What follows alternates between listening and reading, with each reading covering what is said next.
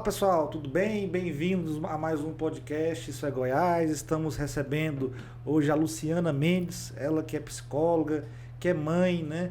Mãe de 3 filhos, que é esposa do pré-candidato, né? Que já foi inclusive homologado, já candidato, né? Nos próximos dias deve começar a campanha. O Marcos Vinícius, lá de Valparaíso, advogado, né? Renomado, excelente secretário de infraestrutura e também que foi vereador no município de Valparaíso. A Luciana ela é mãe de 3 filhos, católica, mestre em administração pública, né, dá aula, é professora universitária em Goiás, no DF, e é servidora também do GDF, da Secretaria de Saúde, psicóloga do GDF. Bem-vinda, Luciana. Obrigada, Paulo, pelo convite. Olá, pessoal, boa tarde. É um prazer estar aqui, é um prazer estar falando da nossa cidade, que é uma cidade que eu amo muito, uma cidade que eu nasci. E é uma cidade que a gente tem visto crescer nos últimos anos. Gestão Pábio tem feito muita diferença e é um orgulho fazer parte disso e ter a oportunidade de ter meu marido hoje colocando o nome à disposição como candidato e estar junto nessa campanha. Eu percebo que o Marcos Vinícius ele é um secretário que foi um secretário muito ativo, né? Transformou Valparaíso num canteiro de obras. A cidade não tinha tantos investimentos há muitos anos, né? Ele estava me contando que foram cerca de 300 milhões de reais investidos em obras, reformas de escolas, pavimentação asfáltica, iluminação pública, recapeamento de vias. Então, assim, isso é muito interessante. Mas eu quero saber da Luciana, né? Essa que é a mulher, né? Que é a esposa, que é a mãe, né, que é aquela pessoa que cuida da família. Como é que é, né, a vida de vocês? Como é que é, né, essa vida matrimonial? E você está animada com a candidatura do seu esposo, né, a prefeito de Valparaíso? Estou muito animada, sempre foi um sonho dele e sempre foi um projeto que a gente encarou junto. Quando a gente namorava, ele me falou que queria ser candidato a vereador, a gente passou a campanha aí trabalhando juntos para que ele fosse um dos eleitos vereador e foi um dos mais votados. E ele sempre amou a vida pública. O Marcos, eu sempre falo que ele gosta de advogar, mas o que faz ele brilhar o olho mesmo, que ele ama fazer, é política. E o Marcos, ele tem uma qualidade que ele não gosta de coisa feita pela metade. Até às vezes eu falo assim, vamos só passar uma vassoura na casa, só dar uma ajeitada, e ele já quer jogar água, ele já quer fazer tudo. E é assim em tudo que ele vai fazer. Quando ele foi para a Secretaria de Infraestrutura, os desafios eram muito grandes. Tinha muitas obras que estavam estacionadas, tinha muita coisa que precisava de alguém que chegasse cedo, que saísse tarde, que brigasse e que entendesse da parte técnica. E ele aceitou esse desafio e não à toa ele acabou sendo um dos pré-candidatos a prefeito e por fim foi o candidato escolhido pelo Pábio. Então isso foi resultado de muito trabalho e de oportunidade, né?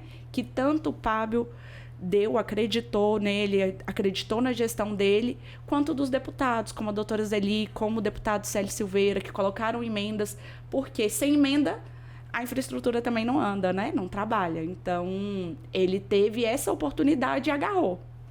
Eu percebo que o Marcos Vinícius é um pré-candidato muito parceiro, né? Um cara assim de muita palavra, de cumprir, né, o que ele fala, o que ele promete. E você como esposa, como mulher, como é que vai ser esse trabalho seu, né? Primeiro agora na campanha, né? Sim. Como é que vai ser esse trabalho seu na campanha? Você vai se envolver na campanha? Você vai participar de reuniões?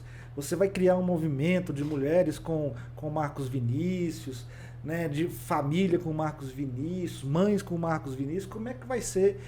Como é que você está planejando agora nesse momento de pré-campanha? Então, a gente já está muito envolvido.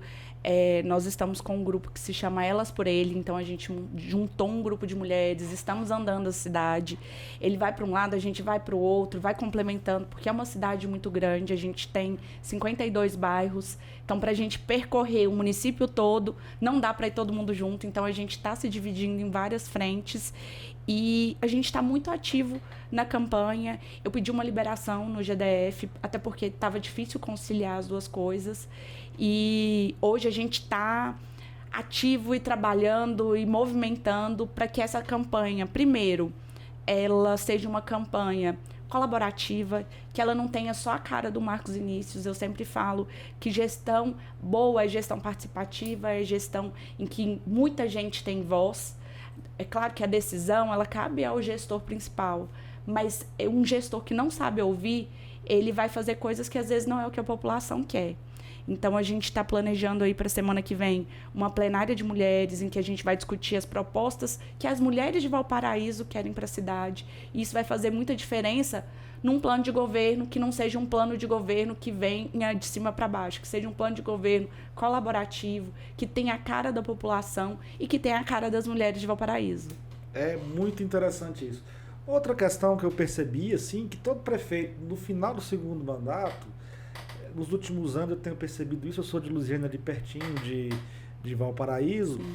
Todos os prefeitos, no final do segundo mandato, eles têm uma rejeição muito grande e não conseguem fazer o sucessor. Uhum. Parece que Valparaíso tem que quebrar paradigmas. Né? O prefeito Pablo não está com rejeição grande, uhum, né? E está com grande possibilidade de fazer o sucessor. Você acha que o apoio do prefeito Pablo é importante, né, para a eleição também do Marcos Vinícius? É importante não, é fundamental. O prefeito Pablo foi um grande prefeito. Eu não tenho reservas a dizer que o Pablo foi o melhor prefeito que Valparaíso já teve.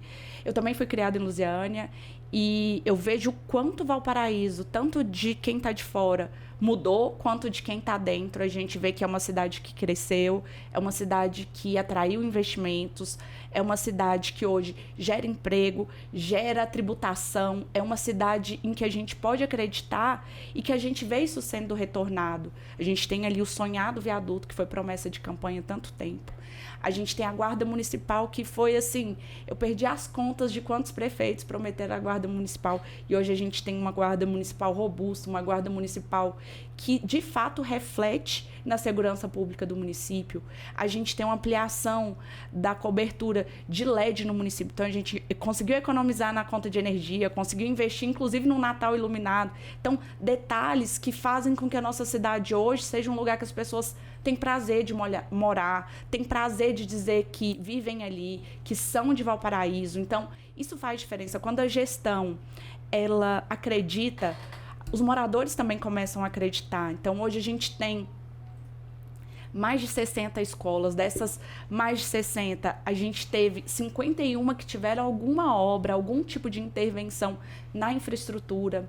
A gente tem 3 unidades de pronto atendimento. Então, se você for comparar, por ser da Secretaria de Saúde do Distrito Federal, é impossível a gente não comparar. Valparaíso tem 3 portas 24 horas. UPA, CAIS e HMV.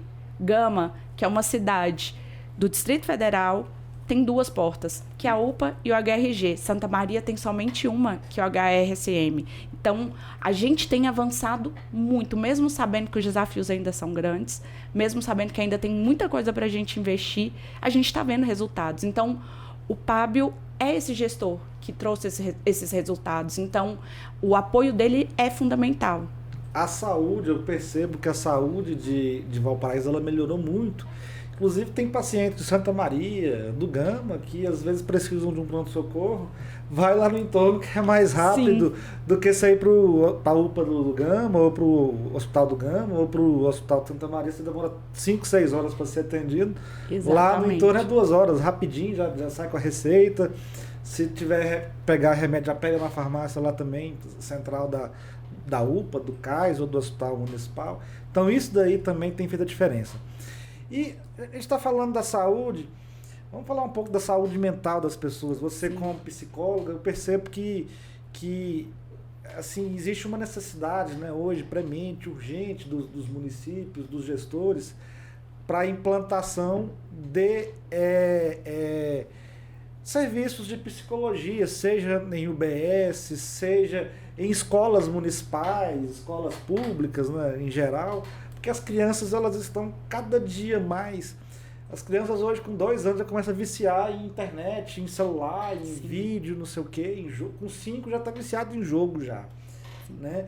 E aí, assim, criar uma psicopedagogia, né, pensando nessas crianças para que elas não sejam tão viciadas assim e, ao mesmo tempo, ao mesmo tempo, combater questões como suicídio, automutilação, questões também como, assim, por exemplo, bullying, né, que as crianças também têm sofrido. O que é que você tem pensado com relação a isso? Muito boa a sua pergunta, Paulo, porque saúde mental a gente precisa pensar exatamente na infância, em primeiro lugar. A gente não pode pensar só depois que o adoecimento está instalado. A gente tem que pensar em prevenção. E essa prevenção, ela começa dentro da escola. Trabalhar a inteligência emocional das crianças, trabalhar gestão das emoções. Veio aí um sucesso do cinema da Pixar, que foi o Divertidamente. A gente tem o Divertidamente 1 e 2, que fala exatamente sobre isso. E as escolas particulares, elas estão avançando nisso, porque elas percebem que se eu ensinar a criança a controlar as próprias emoções, a entender as próprias emoções e geri-las de forma satisfatória, eu vou ter um adolescente que adoece menos, eu vou ter um adolescente que consegue lidar melhor com os percalços que a vida vai ter, inevitavelmente. E o município tem trabalhado, inclusive, ano passado foi inaugurada a clínica de psicologia lá no bairro Jockey Club, com parceria com a Universidade de Anhanguera, que foi uma clínica de psicologia voltado também para os servidores, porque a gente sabe que às vezes o servidor está adoecido, o servidor está com problema em casa, está com questões psicológicas, ele acaba não atendendo a população como ele deveria atender, ele acaba ficando afastado por um período maior de tempo. Então, investir no servidor também é investir na população. E a gente precisa de políticas públicas em saúde mental que priorizem desde a primeira infância, mas que não deixe de priorizar o que a gente já tem também, porque depois da pandemia, a gente teve um aumento muito grande das questões de saúde mental, adolescentes, adultos, idosos. Então a gente tem uma demanda que cresceu muito e a gente tem uma oferta de serviços que ainda é limitada. E quando você fala sobre o que a gente pode fazer, eu vejo que o caminho não é só a gente ofertar serviços de psicologia e de psiquiatria. A gente precisa pensar em cultura, a gente precisa pensar em esporte, a gente precisa pensar em lazer, a gente precisa pensar em educação, a gente precisa pensar numa merenda de qualidade, porque isso faz toda a diferença na saúde mental. Quando eu atendo criança, eu falo, essa criança está brincando na rua? Essa criança está pegando sol? Ela está se alimentando bem? Porque isso vai impactar diretamente na saúde mental dessa criança. Às vezes, eu recebo um paciente com uma suspeita de diagnóstico. Então, às vezes, uma suspeita de autismo, uma suspeita de TDAH. Quando eu vou avaliar a criança, a rotina dela está toda desregulada. Ela não tem hora para dormir, ela não tem hora para comer, ela não brinca na rua, ela não anda de bicicleta, ela não gasta energia e ela fica o dia quase todo no celular. Isso vai impactar diretamente na ansiedade, na agressividade, no comportamento dessa criança, na aprendizagem. Então, se a gente não pensar nisso, a gente não tem como pensar já no cuidado depois. A gente tem que começar a prevenir que essas crianças e adolescentes adoeçam, começar a prevenir que a gente precise de um acompanhamento mais especializado para eles. E isso começa com todas essas outras questões. Muito interessante isso. É fundamental essa fala sua. E eu vou aproveitar esse gancho e vou seguir adiante pensando com relação à educação. A gente percebe que a educação ela é fundamental numa cidade, ela é fundamental para o futuro das crianças, né? E muitas mães trabalham e elas têm dificuldade às vezes com creche. Você como primeira-dama, como futura primeira-dama, né? Se Deus permitir, se o Marcos Vinícius for eleito prefeito, você vai atuar nessa área também, lutando para ampliar as escolas no município de período integral, construir novas creches. Não sei como é que está lá hoje a demanda de creche, se tem uma demanda reprimida, se não tem. Como é que vocês vão trabalhar nessa área de educação? O governo federal tem um projeto de educação integral, não sei o quê. Porque eu acho que é interessante a educação integral, porque melhor a criança está na escola do que está na rua, do que está no celular em casa, do que está não sei aonde. O que você pensa com relação a isso? Então, isso é uma grande prioridade, até por ser mãe de 3, mãe de uma criança atípica. A gente tem uma filha de 8 anos que tem uma síndrome rara, que existe um acompanhamento especializado. Não tem como não pensar nisso, até porque eu sou uma mãe de 3 que trabalha fora, que trabalha muito e que se vê dividida nisso, né? A gente sabe que nós, enquanto mulheres, a gente tem que se dividir entre os afazeres do lar, os afazeres das crianças, tarefa de casa. Ontem, minha cunhada estava lá em casa até 11 horas fazendo maquete com as crianças. Então, é algo que não tem como a gente não pensar nas outras mães. E demanda reprimida a gente tem no mundo, né? Nem no país todo, né? A gente tem uma demanda reprimida importante de creches, mas é algo que a gente precisa trabalhar para diminuir esse déficit de creches e ter mais creches para que mais mulheres possam trabalhar, até porque a gente tem percebido isso, os dados nos mostram que a gente tem muitas mulheres, inclusive em Valparaíso de Goiás, como arrimo de família, como mulheres empreendedoras, como mulheres que se dividem entre deixar os filhos em casa e cuidar da casa e dos filhos e cuidar do próprio trabalho, porque são elas as principais provedoras. Então, a gente precisa pensar nessas mulheres, pensar em mecanismos de geração de renda e de empreendedorismo feminino, entendendo que a gente tem boa parte das nossas empresas em Valparaíso são empresas de mulheres. A gente fez um levantamento porque a gente queria tomar um café com as mulheres e é um número muito expressivo de mulheres à frente dos negócios na cidade.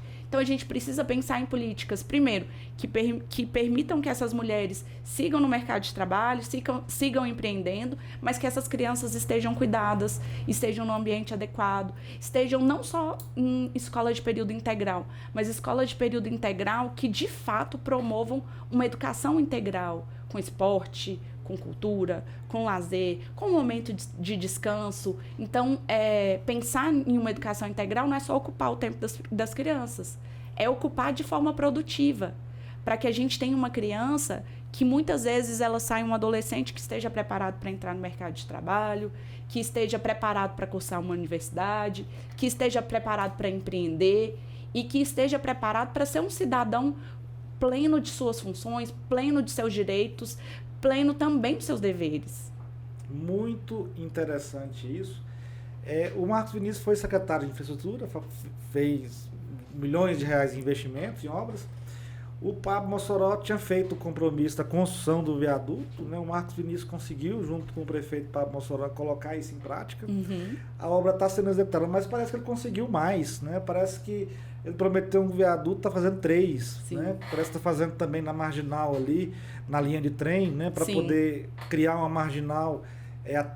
Acho que ela vai até ali pertinho de Lusiânia, né? Vai. Porque são 2 viadutos, um ali perto daquele Costa, Atacadão, e o outro lá embaixo, perto daquela obra da Saniago, né? Da adutora da Saniago. Como é que é isso? Vai ter isso mesmo? Vai fazer a marginal?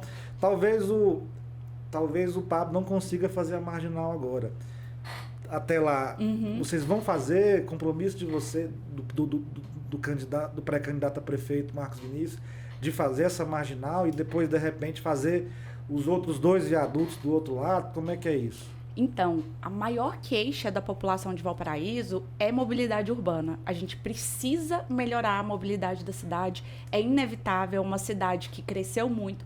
Hoje a gente está com mais de 200 mil habitantes. Então, é uma cidade que já requer que a gente faça esse tipo de obra. Não dá mais para a gente esperar, porque não comporta o que a gente tem hoje. Então, o viaduto, mais do que um sonho, ele era uma necessidade da população, de uma cidade que é cortada pela BR. E os viadutos, eles vão dar acesso a bairros que eram isolados, a bairros que a gente só conseguia acessar por meio da BR. Então, vai ser possível sair desde o Hotel Parque, lá no comecinho da Marginal de Jardim do Cruzeiro do Sul, até o Jardim Gá. Então, isso faz muita diferença. Vai desafogar o trânsito da BR, não só para Valparaíso, mas para a Cidade Ocidental, para Lusiânia. E a proposta é que, com fé em Deus, tudo dando certo, no ano que vem, as pontes do outro lado serão feitas para que a gente tenha essa fluidez dos 2 lados, para que a nossa BR cresça. E isso também leva um retorno para o comércio. A gente sabe que a comercial ali do Jardim Oriente é um dos grandes corações da cidade, um comércio pujante, um comércio com empreendedores, com pessoas que geram emprego, geram renda para a cidade. Então, isso também vai levar muito movimento e desenvolvimento ali para aquela região. Muito bom. Estamos chegando ao fim, mas eu quero falar antes um pouco sobre mulheres, sobre empreendedorismo. Sim. Você como secretária, como futura primeira-dama, e quem sabe, né, secretária municipal da mulher, secretária municipal de assistência social, não sei, isso aí é uma definição política do prefeito, junto com o seu grupo político, se Sim. lá na frente, né, for eleito, se você também quiser. Mas você vai ter uma atuação forte na defesa da mulher, na defesa da família, na valorização da vida. Como é que vai ser isso? Então, você falou em 3 questões muito importantes.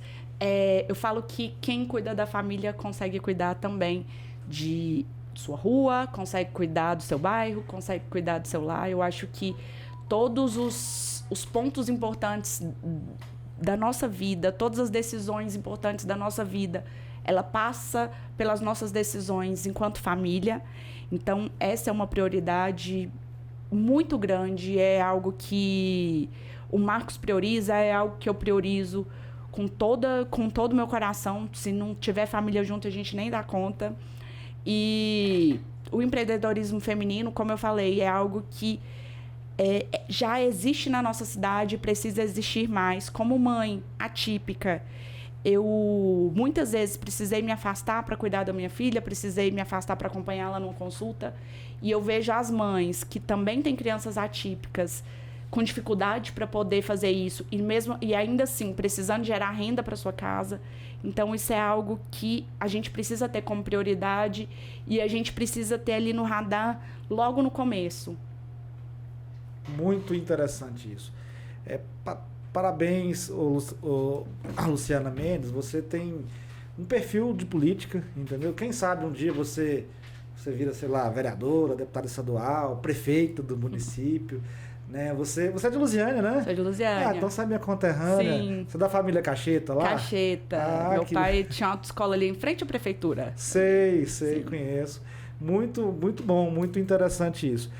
E para terminar agora, deixa as considerações finais, se quiser deixar seu contato para o telespectador, para ele poder entrar em contato com você, sugerir alguma proposta, marcar uma reunião, né, com mulheres, de repente, né, uma mulher empreendedora que quer fazer um grupo de mulheres empreendedoras, marcar uma reunião com você, com um candidato, um futuro candidato, Marcos Vinícius, né? Como é que faz?